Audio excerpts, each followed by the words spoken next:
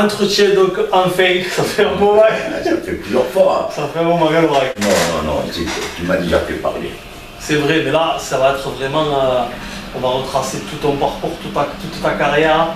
Donc ça sera plus intéressant pour beaucoup de monde et pour moi y compris. Donc on va commencer dans l'ordre déjà. Tes deux surnoms, l'escargot et le crève du quartier haut. Le brésilien. Alors, d'où ils te viennent ces trois surnoms? Qui te les a donnés? L'escargot, c'est le surnom de mon père. Dans les dockers, après j'ai commencé à jouer, moi appelé comme ça. Le crève du quartier haut, c'était monsieur Aparici, le premier journaliste du Midi Libre. De Midi Libre. Comme à l'époque, on avait tous les cheveux longs, tout.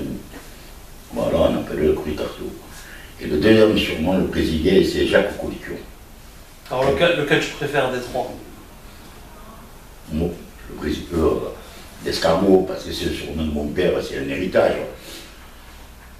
Après, bon, le président, ça n'a pas duré longtemps, et puis le Quick, je veux dire, ça n'a pas duré longtemps, et puis le président, c'est par rapport à mon ami Couture. Alors, dès que je marquais, il criait Gol, Ferrara. Et donc là, elle a appelé, comment c'est devenu comme ça, quoi. Comment tu as débuté le football? On avait une belle équipe, on avait de bons joueurs juniors. Un jour, après, au football club de 7, ils ont une bagarre, enfin, il y a des joueurs suspendus, ils n'ont même que joueurs. Le mercredi, on fait un match amical, les juniors contre la première de 7 ans. Et je me rappelle toujours de Mutiré, je l'ai au Modina. Jean-Pierre Modina. Le baron. Le baron. Et donc, il leur faut un remplaçant et ils me prennent. Alors ça, c'était en quelle année? 71. 71. Et si je ne me trompe pas, tu es le seul joueur à avoir connu le FC7 en D2 avec le président Laronda. Non. Et avoir joué après sous l'ère Besson. Oui. Tu es le seul, je crois, à avoir fait le lien des... D'accord. Avoir fait le D2, oui. Mais quand j'ai commencé à faire la ronde, il y avait quand même de très beaux joueurs aussi de mon âge. Ah oui, c'est pas ce que je voulais dire. Avec Christian Granier, Michel Lichardi, Luvier. On a été quelques-uns à jouer en équipe première des jeunes. Parce qu'à l'époque, il ne faut pas oublier que le football, il fallait au moins de 21 ans, des deux. Il fallait des joueurs de moins de 21 ans, et nous, à une époque, on en avait 3, 4 de moins de 21 ans, de l'équipe première en D2. C'est extraordinaire. Hein. Et beaucoup du quartier haut, avec même Serrato, bien sûr. Une année, on était 4 du quartier haut. J'ai d'ailleurs la photo, on était à Cannes. Le pauvre Alain, je laisse cette photo. Crin Gardien, Luvier, Michel Lichardi et moi. J'aimerais que pour les jeunes et ceux qui ont une petite quarantaine d'années comme moi, puisque nous on ne l'a pas connu tout ça, est-ce que tu peux nous raconter en tant que joueur l'ambiance qu'il y avait au Baron?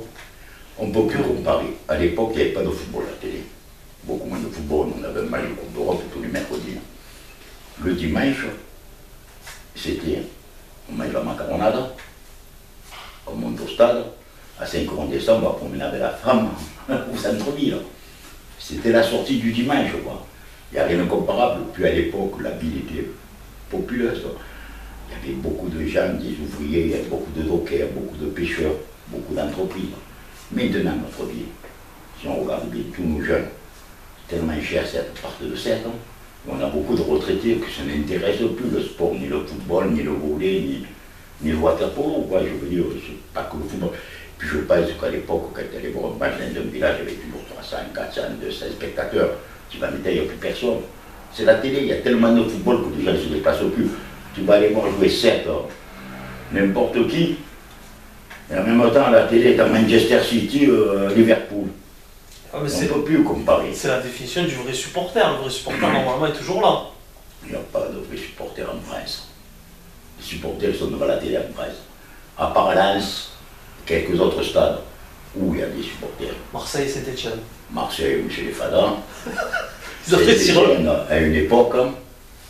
Mais après, moi, le meilleur public, celui que j'adore, le match que je me régale de regarder, surtout quand ils rentrent à la mi-temps et qu'ils commencent à me chanter les corons, eux, ils me font hérisser les poils. Parce que oui, là, c'est un public. Les autres, il faut gagner. Là, tu vois, en première division, en deuxième division, il y a du monde, ils aiment le football. Alors, tu me tends une perche. Je sais que tu as eu l'opportunité de signer au PSG, tu vas nous le raconter. Mais est-ce que tu as eu d'autres contacts avec des clubs majeurs et pourquoi pas le RC Lens? Non, jamais, non. Mais à l'époque, tu sais, les jours, on ne bouge pas beaucoup. J'ai eu l'opportunité de Paris Saint-Germain, du PSG. Mais c'était tout fait déjà. C'était Jacques Jacqui qui voulait que j'y aille. Il était intime avec Lester, ils m'ont pris une semaine. J'ai couché chez Fontaine. Pendant une semaine, justo, je me suis entraîné tout. Il y avait Fernandez, il y avait. Mais au moment de signer, quand même, ils avaient une attaque extraordinaire. Tokoto, Mbele, Daleb, ils recrutaient Carlos Denzi, meilleur buteur de première division. Il dit, je ne jouerai jamais. Et puis, j'étais, c'est tout. Est-ce que tu le regrettes? Pas du tout. Tu t'es toujours régalé à ça? Non, pas que ça, je savais que je ne pourrais pas jouer. Il faut connaître sa valeur, il ne faut pas arriver. C'est une belle humilité. Non, mais si c'est maintenant, je fais les matchs amicaux, je crois que j'ai marqué 4 ou 6 buts, je ne sais plus, j'ai marqué des buts. On me donne une fortune à l'époque, je descends ma 7, je rentre à la mairie, on me donne un prix du football, que je gagne autant. Et puis j'étais au soleil.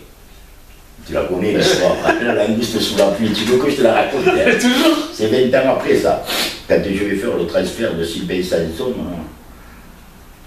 pour Strasbourg, chez Daniel Echter à Saint-Tropez. Alors, pour les gens qui ne le savent pas, Daniel Echter, président du PSG à l'époque, et ensuite devenu président de Strasbourg à la fin des années 80. Et on traite le transfert de Sylvain Sanson avec M. Antoine Soler, qui était président de la Chambre de commerce et président du Football Club de Sèvres. À Saint-Tropez traiter le transfert de Sylvain Sanson. Et quand je crois de présenter, je présente M. Soler, quand je vais me présenter, il me dit, M. Ferrara, et il dit à Soler, vous savez ce qu'il m'a dit un jour, ce jeune, qui préfère manger une langouste, une pomme de terre au soleil qu'une langouste sous la pluie. 20 ans après, ça n'est rappelé. Je ne m'imaginais jamais que Daniel Echter, des Ferrara, il y en a eu des milliers. Un homme comme ça, je ne m'y attendais jamais. Mais ça avait été une réflexion extraordinaire. Et tu peux me raconter l'anecdote de l'Italien dans la presse? Alors j'arrive à Paris, et on descend de l'avion, tout ça, et il vient me chercher juste Fontaine. On va chez lui, il me dit installe-toi, il est dans une des chambres, tout ça. Il descend, il me dit je reviens, il remonte avec France ce soir. Et dans France ce soir, mort de rire. On m'avait pris en photo un Italien, Ferrara, un Italien à Paris, j'arrive du quartier. C'est l'histoire du football, ça, c'est le spectacle parisien. Tu as gardé la coupure de presse? Je l'ai la coupure de presse, je te montrerai plusieurs coupures de presse. Le Cruyff du Cartio, le Brésilien, ouais, j'ai tout gardé. Alors, paraît-il qu'il y a eu une anecdote aussi avec Raymond Domenech. Non. Tu n'as pas eu maille à partir avec Raymond Domenech? Avec, avec son frère? Non, non, non. C'est avec celui de Marseille, comme il s'appelait, le milieu tiré, là, un grand. Là. À quelle époque? Des minots de Marseille, quand on allait jouer Marseille, qu'on avait fait 2 à 2.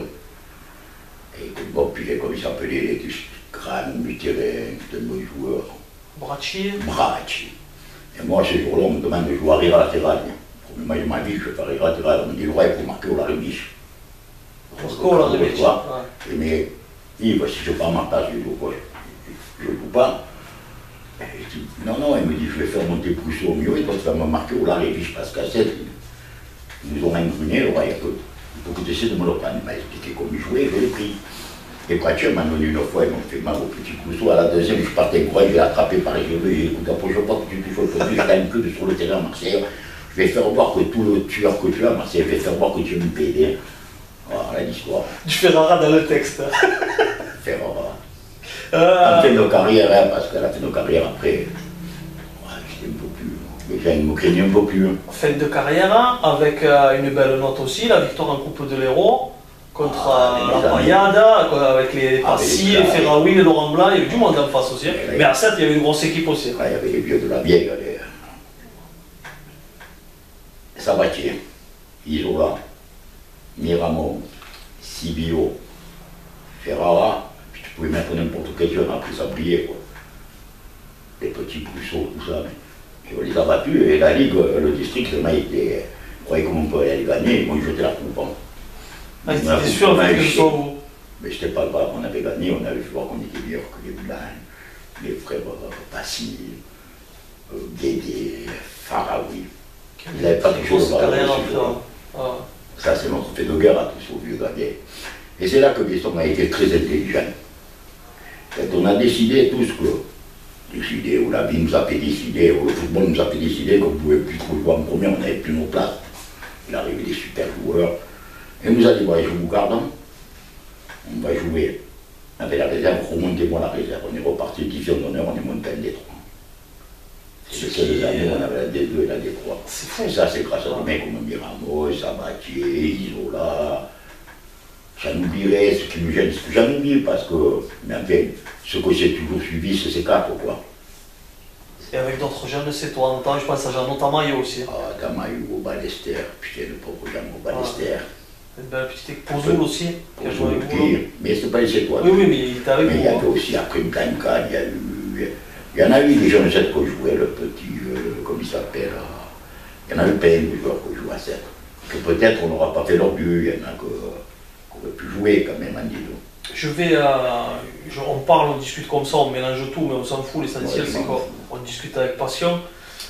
Est-ce que ça te fait plaisir, ou est-ce que tu regrettes qu'en tant qu'entraîneur ou dirigeant, on t'appelle souvent comme un pompier de service? Quand il n'y a plus personne, admettons qu'il veut venir, on sait que Laurent Ferrara, il a l'amour, il va être là. Le premier quand on a déposé le bilan à l'époque au Besson, c'est en définitive, c'est marchand, j'étais employé de mairie, il m'a dit, il faut aller au club, et j'ai eu la chance de rencontrer un monsieur, c'est Antoine Soler, qui était super président.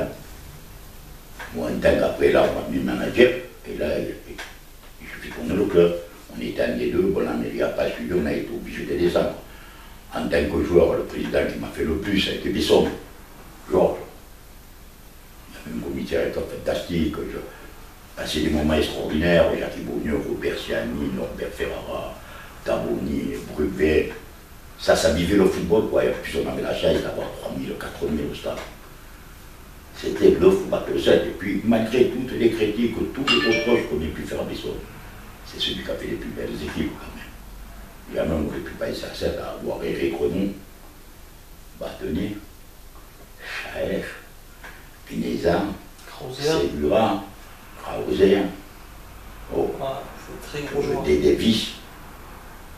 Cano, on n'a pas cité Cano. Ah non, mais bon, il arrive en France, mais je veux dire, les Bâtonnets, les Eric Renaud, les Chaer, ils avaient une histoire dans le football, quoi. Je veux dire, c'est pas n'importe qui arrive à 7. Bâtonnet, c'était Saint-Étienne qui arrive à 7.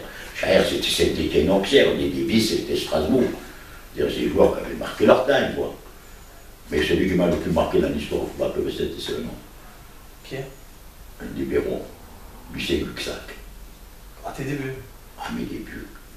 Non, moi, mes débuts, la chance que j'ai eue, c'est qu'il y a eu 2 personnes qui m'ont vraiment aidé.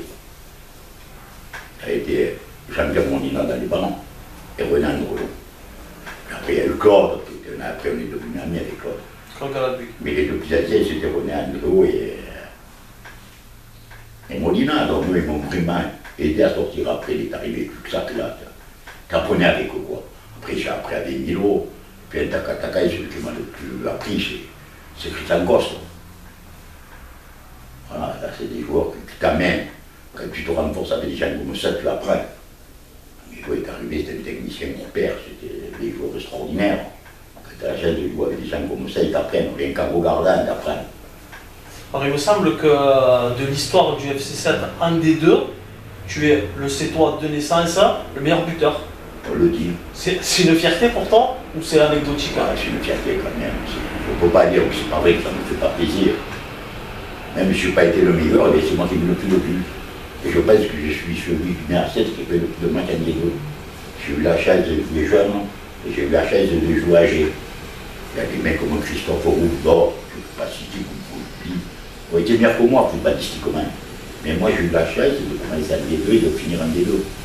Christophe est la plus de chance, Christophe est la plus Il a vécu à l'époque du Touba Club, quoi. Il a mis les points de division d'honneur. Et pourtant, il a duré, c'était peut-être une fois mieux que moi, au football. Après, il fallait avoir un tempérament, quoi. Ça se voit pareil. C'est plus la même après. Quelle est pour toi la meilleure équipe de Saintes dans laquelle tu évolues? Difficile, parce que c'est pas les mêmes époques. L'époque où on a fait machine à Marseille, là, il y avait une belle équipe. Mais ça, on ne peut pas comparer avec l'équipe que j'ai commencé quand il y avait. Moi, j'ai eu la chance de jouer quand j'étais jeune avec. Tu te rends compte que le jour que j'ai joué en D2, avec ma classe de 9 gars de la région. C'est rateau. À part ici. Combien les frères Granier, Garcès de Montagnac, David de Bouzic, Véro de Pomerol. C'était des jeux extraordinaires, quoi. On jouait en D2 avec 7, 8 mecs venus autour du bassin de l'auto. Après, on prenait toujours 2, 3, 4 joueurs qui venaient nous apprendre, quoi, qui venaient nous rembourser. Mais quand il y avait les deux frères Granier, Patrick, David, tout ça, c'était des joueurs du Crune et Garcès. Toi, tu te rappelles pas, tu étais Je n'étais pas né, moi. Un Garcès, c'était. Pas mon père. Pas mon père, c'était un grand joueur, c'était des joueurs, ça, quoi. C'était les footballeurs, quoi, de notre époque, ils avaient au charbon, ça. C'est plus possible dans le football actuel, ça, que des joueurs à l'époque, locaux. Il avait des vignes, il n'avait pas envie de faire une carrière, il aurait pu faire une carrière. Il est resté à Sèvres parce qu'il était en D2, tout ça qui est arrivé de Béziers, parce qu'on était en D2, Christian Bournier est arrivé en D2, Dominique Omar, j'étais l'imprimeur du Malancier. Voilà, tu faisais quoi quand ils étaient nos carrières à Montpellier, à Béziers, les clubs pro, ils venaient finir leur carrière à 7 en D2. Et après on jouait nous les jeunes, avec nous on avait la chance de faire jouer beaucoup de jeunes en D2, à 7. Mais après, il fallait avoir le caractère. C'est posé quoi, non, avoir envie, parce que c'est bien beau de faire les premiers matchs. Après, il faut durer, il faut se battre. Est-il vrai que, alors je sais pas si c'était en tant que joueur ou plus tard en tant qu'éducateur, que sur ta fameuse moustache, tu mettais des produits pour qu'elle brille un peu plus et que tu fasses un peu plus peur aux adversaires? Le match était difficile, on a mis quand même, je connais. La vaseline, je la mettais sur les sourcils, sur la moustache, et je pose mon dentier avec les deux dents. Et quand ils montaient sur les mecs, je disais maintenant on va rigoler. Ouais, mais c'est véridique, quoi. C'est des histoires vraies. Ouais, c'est pour ça que je te pose la question. Ah, ouais, Et une anecdote, alors je ne sais pas si tu t'en souviens, que m'a raconté, tu n'es pas au courant de celle-là, mais que m'a raconté Manu Prengel. Il m'a dit que quand tu avais 40 ans, quand tu étais à Pointe-à, ils ont voulu que je joue, les gars. Ils ont voulu que tu joues. Je rentre de train pour mes 40 ans. Bon, là, je te laisse le Il m'a raconter. donné une heure pour que je marque. Il m'a fait marquer mon but pour mes 40 ans. À 94. 94. Non, 84. 84 ans. Et non, 94. Tu es de 54. Ah oui, 84, c'est mes derniers matchs pour battre le 94. À Pointe à 94. Voilà, il y avait de belles équipes là, il y avait des joueurs encore. C'est là que je demande où sont passés tous les jeunes de 7 et tous les joueurs de 7. Tu te rends compte qu'au football que 7, il y avait une très belle équipe avec des jeunes en division non excellence. On avait une équipe à la Pointe en division non excellence avec 17 étoiles. On avait une équipe réserve en PHA. Et maintenant, même à notre réserve, même à la Pointe, nous ils sont tous ces jeunes. D'où vient le problème? Mais je t'ai dit, l'évolution de la population, c'est toi ça. Ah. Puis je pense qu'après le Covid, ça a marqué beaucoup de choses. Hein. Ouais. Après Covid. Compliqué, hein. Puis maintenant, je vais être peut-être un peu dégueulasse avec certains éducateurs. Hein. J'ai eu la chance d'avoir des Andréo, des Combette, des David, des Lebeau, des Lichardy, comme éducateurs, qui ont trempé le maillot, qui ont été bons. Ça apporte aux jeunes après, il y a eu des mecs comme Adito, il y en a eu d'autres que je ne voudrais pas oublier parce que j'en ai Norbert Pagano, je veux dire, il y en a eu d'autres personnes, mais à une époque, l'encadrement était fait, là j'ai joué au football club, qui avait des connaissances footballistiques. Pour moi, les deux plus gros génies que j'ai eu comme éducateur et que je me régalais de voir travailler, que j'admirais, c'était Patrick Lebeau et Patrick David. Pour moi, c'était. Ils font l'unanimité, hein, positivement, chaque fois qu'on mais moi, on a eu la de chance à une époque, hein. J'ai recréé l'école de football parce qu'il n'y en avait pas, je l'ai recréé municipal. Ils m'ont aidé. J'ai fait des stages de bâtonniers. Ils sont venus travailler avec moi, avec Didier Miramont. On a fait le foot d'études. Ils étaient là tous les deux. De devoir travailler, c'était un plaisir. Et des gens qui ne faisaient pas un mot, qui ne faisaient pas un bruit. Mais maintenant, quand je vois tous ces rigolos là sur l'or, là je vais être méchant. les réseaux sociaux, là. Mais qu'est-ce qu'ils auraient fait alors? C'est la modernité. Hein. Mais il faut être bon pour le faire. Hein. Il ne faut pas essayer de faire revenir les gens. C'est les gens, quand tu es bon, tu n'as pas besoin de parler. On parle de toi. Tu n'as pas besoin de toi de parler de C'est toi. joli formule. C'est les gens qui parlent de toi. Toi qui as endossé la tunique de coach, mais aussi de président à la Pointe, hein, Ouais. comment tu as vécu ces différents rôles-là et lequel te convient le mieux? Je vais te dire, je suis à la Pointe par orgueil. C'est-à-dire Un jour, je me suis fâché avec un président, je ne voudrais pas dire non parce que, même pour ce mec, pour moi, je ne veux même pas me parler. Et je suis parti du football club et il ne pouvait que moi faire avant. J'étais manager du football club de 7 ans des deux. Et donc je suis parti du football club parce qu'il s'est fâché avec un président et puis j'éducateur à une époque, hein, beaucoup moins suivi. Et la Pointe de 3 équipes, on en a fait 21. Et là, je voulais prouver que Ferrara, c'est de l'orgueil. J'étais mieux que ces charlots qui avaient en face. Et je l'ai prouvé. Parce que j'ai battu un super club à la Pointe. Justement, est-ce que tu regrettes maintenant de voir dans quel état et le FC7 et la Pointe, depuis plusieurs années maintenant même. Ouais. Ça doit être dur, non? Je l'ai vécu 3 fois cette histoire, moi, là. Justement, c'est lassant. Après, j'ai eu la chance d'avoir un monsieur comme Solaire. Et après, il est venu m'aider à la Pointe. J'ai réussi à la Pointe, c'est que Antoine Solaire avait l'entreprise finie, il m'a aidé financièrement, il m'a trouvé des gens, il m'a bon.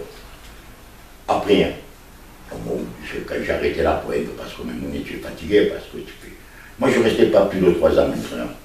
Parce que comme tu n'as pas les moyens de changer les joueurs, il vaut mieux que tu t'arrêtes d'embrasser les joueurs qui te connaissent par cœur, c'est normal. D'aller crier dans un vestiaire, tu le fais 1 fois, 2 fois, 10 fois. À la fin, tu peux crier, ils en ont mis à foutre, quoi. Après, c'est eux qui demandaient que je vienne crier, alors on me redemandait d'entraîner. Et quand il y avait un petit problème, je faisais le président. Mon rôle le meilleur. Ouais. Ouais, c'est quand j'ai vécu avec Antoine Solaire que j'ai fait le manager général. Je ne pensais pas faire entraîneur un jour. J'ai passé mon diplôme parce qu'il fallait le passer. D'ailleurs, j'ai été le roi des abrutis parce que j'avais eu le BE1. J'avais le 14, je pouvais monter à Paris, passer le BE2, entraîner jusqu'à la D2. Christian Coste, ce jour-là, se retrouve à l'INF, il m'appelle, il m'a dit au monde, il vient de passer ce diplôme. Mais ça ne m'avait jamais trop intéressé. J'ai entraîné à la Pointe parce que je voulais prouver que moi aussi je pouvais faire quelque chose. Mais ça n'a jamais été une passion. Moi, je ne me suis jamais senti comme entraîneur. J'étais plutôt un éducateur. Plus facile à manier les jeunes aussi? Non, mais je préfère. Tu apprends vraiment quelque chose. Éducateur, moi. Pour moi, je n'ai jamais été un grand entraîneur, tacticien, préparer des entraînements. Et tout. Les deux qui m'ont le plus impressionné, c'est les deux Patrick. Eux, c'était préparer l'entraînement et tout. Moi, c'était plutôt folklore, quoi. C'était une époque où on voulait le faire, le folklore. Et tu n'as pas répondu à ma question. La situation actuelle du FC7 et de la Pointe, ça te touche, j'imagine. Ça ne te touche pas, quoi. Ah, mais ça me fait beaucoup À de part les peine, connards forcément. qui n'ont pas de football club 7 qui sont contents, ça touche les gens. Mais des fois, les gens, ils parlent pour, ils parlent mal. J'espère que certains, c'est par dépit, parce qu'ils aimaient le football club. D'autres, c'est par jalousie, parce qu'ils ont jamais arrivé à aller au football. Parce que je crois qu'après, que le football club, ils n'ont jamais porté le maillot vert et blanc à un certain niveau. Quand tu vas porter ce maillot à un certain niveau, tu ne critiques pas le club. Tu peux regretter les choses qui se font, tu ne critiques pas. Et tu ne souhaites pas que le club il tombe encore plus bas. Là, encore aujourd'hui, on entend des gens débouronnés du football club. Pourquoi? C'est la jalousie, c'est quoi? Et d'un côté, ça n'amène rien. Je vais peut-être dire une bêtise, mais d'un côté, ça prouve aussi quand même que le FC7 fait toujours parler et intéresse toujours les gens aussi. Oui, il existe. Mais on n'a plus le club des frites. Hein. Mais à quelle époque, là? Ouais. C'est vieux, voilà, à l'esplanade. C'était une époque, mais je dis, ouais, c'est malheureux, là, le président, il se la donne, on a un WC, beaucoup de gens essaient de remonter le club et tout. Mais les gens, en place de regarder que le positif et le travail qu'ils font et les emmerdements qu'ils ont pour lancer ce club, ils font que critiquer, quoi. C'est dur, ouais, quand tu es au quotidien, ouais, c'est pas mais je le sais, moi, quand on me dit, ouais, Laurent, mais arrête, ouais, il y a 1 mois et demi, 2 mois, que ouais, il y a un peu de retard dans les paiements, mais c'est le président qu'il faut, il y a la mairie qu'il faut s'arrêter, le mec qui se la donne, tout le monde se la donne. Travaillons tous pour le club. Est-ce que vous aimez le club, ou vous aimez l'argent que vous prenez au club? Ou parce que vous êtes capable de dire, j'entraîne au football club? Non, Bon, maintenant, il n'y en a pas trop quand même. Beaucoup de gens sont capables de rester au club finir l'année, surtout l'année dernière, qui de papier, les gars, ils sont restés. Voilà. Si tu nous as parlé des joueurs qui t'ont marqué au FC7, hein, mais en tant qu'adversaire, quel est le joueur qui t'a le plus impressionné? Bon, je sais pas. C'est vrai, ça n'a aucun nom qui te vient? Toi, Il t'as y en la a bonne eu, frère. non, mais il y en a eu. Il y en a eu, quand tu prenais Honorevich qui joue à l'OM en D2, c'est fantastique. Quand tu prenais Montpellier, quand tu prenais Zambouri, c'était un bon joueur. Après, contre Strasbourg, une époque, putain, aussi. Vika aussi. Aussi, le numéro 10 À Yougoslavie. de Strasbourg, quand ils sont venus jouer ici. T'en as des mecs, mais à la canne, il y avait qui, comme il s'appelait, c'était des putains qu'on a failli le tuer là. Mais il y en a eu des bons joueurs, mais tu les vois. Hein. Mais bon, nous à l'époque, il n'y avait pas la télé. Donc, si, moi, mon histoire, c'est les Rocheteau, c'est les Bâtonnets, c'est les frères Aurevelli. C'était Saint-Étienne. Hein. Mais à l'époque, tu ne voyais pas les matchs, là, on t'a jamais gonflé comme avec Mbappé, quoi. Parce qu'on était un gonfle avec Mbappé, quoi. C'est trop. C'est pas trop, c'est débile. Ouais.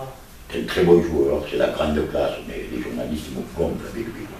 Ils arriveront un jour à faire détester des gens. En parlant de... C'est un grand joueur, hein, attention, hein. Ah, il a la classe de Non, mais c'est un grand joueur. En parlant de journaux, tout ça, est-ce que c'était une fierté ou tu étais très pressé? Je sais pas, dans France Football par exemple, de découvrir les étoiles, si tu avais été bien noté ou On regardait, parce qu'avant il faisait recrutement des dirigeants aux étoiles sur France Football. Moi je connais qui faisait recrutement aux étoiles.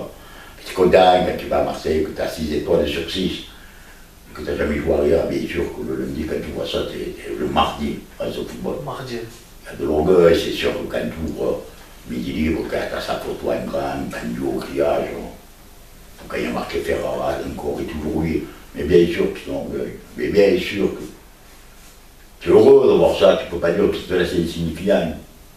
C'est pas vrai, celui qui te le dit, man. Il y a quand même une fierté quelque part d'être reconnu. C'est vrai. Bien sûr. Est-ce que tu as conscience d'être une figure quand même majeure du club de Satan? Je vais te dire, pour les quelques vieux, quelques jeunes comme toi, qui ont été à l'école au football, quand je les recréais, peut-être, mais tous ces jeunes ne me connaissent plus. Ça ne vaut plus qui je suis. On n'est plus rien au bout de quelques années. Mais ça, c'est le passé, ça. C'est pas grave. Aucune nostalgie? Des fois, j'aimerais bien revenir il y a 40 ans et être sur un terrain de foot. Ça me manque des fois de rejouer. Mais bon, non, non. Je veux dire, avec les peu de qualités que j'avais, j'ai joué au maximum de mes qualités. J'ai joué au maximum plus haut niveau. Puis ma fierté, c'est d'avoir porté mon brassard de capitaine pour battre de 7 ans des deux. Voilà, c'est une fierté, ça. Je l'ai toujours mon brassard à la maison. Est-ce que tu regrettes que tes fils n'aient pas repris le flambeau sur les terrains ou pas du tout? Non. C'était une envie de ta part? Non. Bon, si j'aurais envie de faire du foot, j'aurais fait du foot. Le plus dernier, Romain, a essayé de jouer, il a pas eu la chance, il s'est pété 2 fois. Il avait des fractures à la jambe, puis les ligaments, mais Enzo a fait un peu gardien. Mais après, non, si j'étais pas fait pour faire du football, quoi. Tant pis, moi, il a voulu faire du tir à l'arc, il a fait du tir à l'arc, il a voulu faire de l'aïkido, il a fait de l'aïkido, non. Tu vois qu'ils sont épanouis, le reste, on s'en fout. Hein. Non, je n'ai pas obligé mes enfants à aller faire du foot. Et contrairement à certaines personnes. On ne cite pas. Non, non, mais je parle, je personne en vue, il y a beaucoup de parents qui veulent mettre leur petit au football comme bandit. Parce que maintenant, il n'y aura pas de l'argent aussi, justement. Mais quand tu vois ton fils qui ne veut pas jouer au football, fais-le faire de la natation, un peu cher.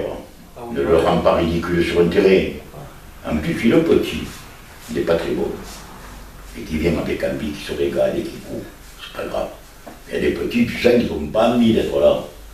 C'est des parents qui sont débiles. Hein. Après que le petit soit bon ou pas bon, il a envie de jouer au foot, il faut qu'il joue au foot. Il a envie de jouer au foot, il faut qu'il joue au foot. Ça montre des choses, hein. Non? Tout à fait. Sport populaire, on dit. Dernière chose, hein, pas de questions. La caméra elle est à toi et j'aimerais que tu dises ce que tu veux, ce qui te passe par la tête. Hein. Peut-être des choses que j'ai oubliées ou ce que tu as envie de dire. Non, non, non. Moi je suis fier, je suis heureux. J'ai la chance encore à 70 ans d'être dans le club de mes débuts. C'est quand même quelque chose d'extraordinaire. À la retraite, on est encore sous copie du club, qu'il y a encore des gens qui te fassent confiance. Qui te pas... Je sais qu'il y aura des gens qui diront, il y en a, comme il est là, il est toujours dans des mafias, il est aussi. Je m'en fous, moi je le fais pour mon club, le reste. Je m'en fous des gens, je plutôt le taxer. Comment tu vis justement ce passage aux 70 ans bientôt? Tu le vis bien ou c'est... Ouais, je m'en fous. Ouais. Je veux dire, je calcule pas combien il me reste à vivre. Parce que la seule chose que j'ai peur, c'est de souffrir après. Si je meurs, je m'en fous, j'aurai les yeux fermés, je ne verrai plus rien. Par contre, il n'y a qu'une chose que je dis toujours en temps. Je veux 2 drapeaux sur le cercueil. Le vert et blanc et le bleu marine de la Pointe. C'est mes 2 clubs. C'est beau ce que tu dis là. Non, mais un m'a fait joueur, l'autre m'a fait éducateur, entraîneur. J'ai vécu aussi des moments fantastiques en tant qu'entraîneur à la Pointe. J'ai vécu des choses grandioses en tant que joueur au football club. Donc on ne peut pas dire quel tu préfères. Il y a des gens qui me disent quel club tu préfères. Je ne préfère aucun des deux. C'est 2 histoires différentes, tu vois. Et j'ai autant d'affection pour la Pointe. Mais c'est vrai que bon, le football club, ça reste le club où j'ai grandi, quoi. La Pointe, c'est le club qu'avec, grâce à beaucoup d'amis, on a reconstruit. C'est mon club où j'ai commencé, où j'ai mes premiers joueurs de football. C'est le football club et ça, tu ne pourras jamais l'oublier, quoi. Comment tu me fais revenir sur d'autres questions. Comment tu as vécu la disparition de tous tes amis qui ont porté ce maillot haut aussi et ben, petit à petit, il y a la vie qui passe, le temps qui passe et malheureusement, les gens s'en vont. Il y en a qui m'ont fait plus de mal que d'autres, hein, parce qu'ils étaient jeunes. Et la mort d'Alain Serrato, l'accident d'Alain Serrato, ça te marque. La mort de Jean-Louis à Paris ici, ça te marque. Ils sont jeunes, ils sont pleins de vie. Quelque part, c'est pas la même chose que quand on est à un certain âge, on part. Là, c'est ton histoire, tu pars avec, tu as de l'affection, tu as de tout, mais tu te dis, bon. Tu perds un peu de toi? Et pas de toi, mais tu te dis, mes amis sont moins là. Ça m'a fait de la peine quand un garçon s'est décédé, quand d'autres sont partis. Mais les seuls qui m'ont fait le plus de peine, c'est quand ils partaient un garçon comme Serrato ou comme. Si, un qui m'a fait beaucoup de peine, c'est le petit Jeannot Tamayo qu'on a laissé dans le dénouement le plus complet, que personne n'a aidé. Cela, ça te marque un peu plus que les autres, parce que les autres, c'est la vie. Il faut qu'on parte tous sur les jours. Tu ne le ressens pas de la même manière. Ceux qui m'ont fait le plus de mal, ça a été mes amis. Enfin, tous ils ont été mes amis, mais un garçon comme à Paris ici et Serrato, ça n'a pas été le même truc. Un René Andro, pourtant, qui m'a aidé, qui m'a pris sous son aile, mais il avait un autre âge. Faut pas, tu vois ce que je veux dire. Plus dans l'ordre des choses. Ça te fait mal, mais ça te fait plus mal, et peut-être avec le temps, je l'ai pris un peu plus philosophiquement, les René Andro, tout ça, parce que j'étais plus âgé aussi, quand tu es jeune, que tu dois partir en appart ici, tout ça, ça te fait mal, quoi. Ou un petit comme Jeannot Tamayo, ça te fait beaucoup de mal. Ok. Voilà, c'est l'histoire du foot, hein. De la vie. Les devants de père. Voilà, mais bon, il y a des moments historiques quand même. Mon seul regret, je vais le dire honnêtement, c'est le Bérou. De plus jouer au Bérou? C'est le stade de Bérou, mon plus grand regret dans le football. Le stade mythique, le temple du football, c'est le Bérou. La mecque du football. Voilà. Et je pense qu'on a, en changeant de stade, on a perdu beaucoup de ça. Je ne vais pas me faire des amis, mais c'est pas grave. Est-ce que c'était pas une obligation du fait de tous les travaux qu'il fallait entreprendre pour le... Peut-être, après il n'y avait pas de parquet, il n'y avait pas dire qu'il fallait refaire l'éclairage, il fallait que les éclairages soient à tant de mètres du terrain, tout, mais on ne pourra plus jamais l'ambiance que tu as vu au Bérou. Même quand on était 3000, on croyait qu'on était 20 000 dans ce stade. Tu l'as pas vécu, toi, ça? Eh non, j'y suis allé, je me rappelle un derby, j'étais petit, j'avais 4 ans, Eh, à Saint-Denis avec mon père. Et ça remonte Quand forcément. tu sortais de ce tunnel, là, que tu rentrais sur ce stade Bérou, tu te rends compte? Voilà, c'est ça que je voulais que tu me parles au début, ça doit te galvaniser quand tu Tu te rentres rends là. compte que j'ai joué, moi, des fois, il y avait encore la chaudière à charbon au Bérou. Et ce stade à l'anglaise, 4h30 le soir, la chaudière commençait à marcher. Tu te serais cru en Angleterre, de la fumée au-dessus du stade. Quand il faisait gris un peu l'hiver, tu te serais cru en Angleterre de jouer. C'était extraordinaire. Moi, j'ai connu les vestiaires avec le plancher en bois au stade de Maillot et le fourneau en bois pour se chauffer avant l'entraînement. C'est jeu là maintenant. C'est un rêve avec des synthétiques et des si. On s'entraînait sur le maillot, nous, il y avait le trajet tout le long. Et on disait qu'on était content d'aller jouer. Mais dans les parents, mon petit ici, mon petit là. C'est pour ça qu'on n'a plus de niaque, c'est que sont trop chouchoutés ces joueurs. Mon père ne m'a jamais dit c'est bien une fois dans ma vie. Quand je lui dis, oh, puis si on me rejoue des poussins, il dit s'ils croyaient qu'ils n'ont même pas fait le regard de parents. Ils ne sont pas compris encore qu'ils font du mal à leur empaille. J'apprécie ton discours parce qu'on n'a pas le même âge, bien sûr, mais j'adhère totalement à ce que tu dis. Et moi, je me sens vieux dans mon époque, en fait. Je me sens déjà très vieux. J'ai les mêmes valeurs que toi, justement. Non, c'est que tu es lucide, c'est tout. Je sais pas. Mais si, quand tes parents ne voyaient pas que leurs enfants ne font jamais footballeur, alors laisse-les s'amuser, arrête de les gonfler. Laisse-les se régaler. Ne va pas merder l'entraîneur parce qu'il joue en deux et pas en une, ici et mi. Et pourquoi mon petit joue derrière et pourquoi mon petit joue pas devant? Pourquoi vous voulez que je joue devant votre petit? Pour marquer des buts, ah bon, ça va. C'est Maradona, votre fils, quoi. Non, mais à l'époque, ça n'existait pas, ça, que les parents nous merdaient des éducateurs et tout. Parce que ça, c'est la faute des éducateurs. Moi, personne n'est venu jamais m'emmerder, hein. Celui qui n'est pas content, il s'en va à la maison, hein. Mais avec la moustache avec le... Non, mais je veux dire, mais maintenant, celui qui n'est pas content, il part. Il faut avoir des notions des choses. Un éducateur, je ne pense pas qu'au fond de lui-même, il a envie de faire du mal à un enfant. C'est les parents qui rêvent. Parce que le petit ne joue pas, on m'a dit, l'éducateur, il ne peut pas le voir, parce que tu regardes comme il joue comme petit avant, mais réfléchis un peu pour savoir si on ne peut pas le voir. Pourquoi on ne peut pas le voir? Est-ce qu'il est pénible? Est-ce qu'il n'est pas très bon? Moi, je n'ai jamais vu des effets, j'espère que les éducateurs ne mettent pas des petits à l'écart par conneries, quoi. Mais c'est vrai qu'après des fois, moi, je me rappelle quand j'étais entraîneur qui m'a fallu faire l'équipe. C'est ça un peu qui m'a fait arrêter d'être entraîneur. Hein. Quand tu t'entraînes toute la semaine, le mec tient à 16, que dimanche, il faut t'en prendre 14. C'est dur. Hein. Ouais. Et puis tu te dis, pourquoi lui, pas lui? Pourquoi je préfère lui que lui? Pourquoi c'est mes amis, tous les autres, pourquoi? C'est subjectif, après, c'est la manière de jouer. Qu'est-ce que tu veux faire comme équipe? C'est dur hein, d'être entraîneur. Hein. C'est un métier dur. Hein. C'est un sacerdoce. Ouais, sacerdoce, tu peux entraîner les petits, te régaler quoi. Non, c'est difficile comme boulot être entraîneur, maintenant. Okay. Avec tout ce qui est autour et tout, c'est très difficile. Bon ben Laurent, on va en rester là. J'aurais aimé qu'on finisse sur ce que tu as dit tout à l'heure, le cercueil avec les deux couleurs, parce que ça montre tout ce que tu es. Je veux les deux couleurs. Et un acharné du football, c'est toi. Et Andrea, c'est Louis. Faut le dire aussi. Mais des fois, je me demande si j'ai pas envie de me faire incinérer. Et tu sais pas pourquoi.